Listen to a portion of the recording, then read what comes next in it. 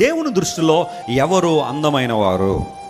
మనుషు దృష్టిలో అందంగా చాలా మంది కనబడచ్చు. ప్రతి ఏటా కూడా miss world, miss universe competition జరుగుతూ ఉంది. మన భారతదేశానికి సంబంధించిన వాళ్ళు కూడా చాలా మంది వాటిల్లో పాల్గొని బహుమానాలు తెచ్చుకున్నారు. అయితే ప్రజల దృష్టిలో వీళ్ళంతా అందమైన వాళ్ళే, ప్రజల దృష్టిలో వీళ్ళందరూ సౌందర్యవంతులే. బైబిల్ చాలా క్లియర్గా చెప్పేసింది, అందము మోసకరము, సౌందర్యము వ్యర్థము. అయితే యెహోవా యందు భయభక్తులు గలగల స్త్రీ ఏం చేయబడుతుందట? కొనియాడు. సమాజంలో నీకు విలువ నీకున్న అందాన్ని బట్టి కాదు, నువ్వు లోపల ఎంత అందంగా ఉన్నావు అని దేవుడు చూస్తున్నాడు. చూడ్డానికి నువ్వు ఎంత అందంగా ఉంటే ఉపయోగం ఏదో, నువ్వు దేవుడు లేకుండా బ్రతికేస్తే, రక్షణ పొందకపోయి ఉంటే, దేవుని వాక్యాన్ని అనుసరించకపోతే, what's the use? What matters? Your outward appearance. Fashion ప్రపంచం. ఎందుకు అంటే ఎవరినో ఇంప్రెస్ చేయాలి, ఎవరి దృష్టిలోనో ఆకర్షణగా కనబడాలి. కానీ బైబిల్ సెలవిస్తూ ఉంది, ఆర్ యూ బ్యూటిఫుల్ ఇన్సైడ్?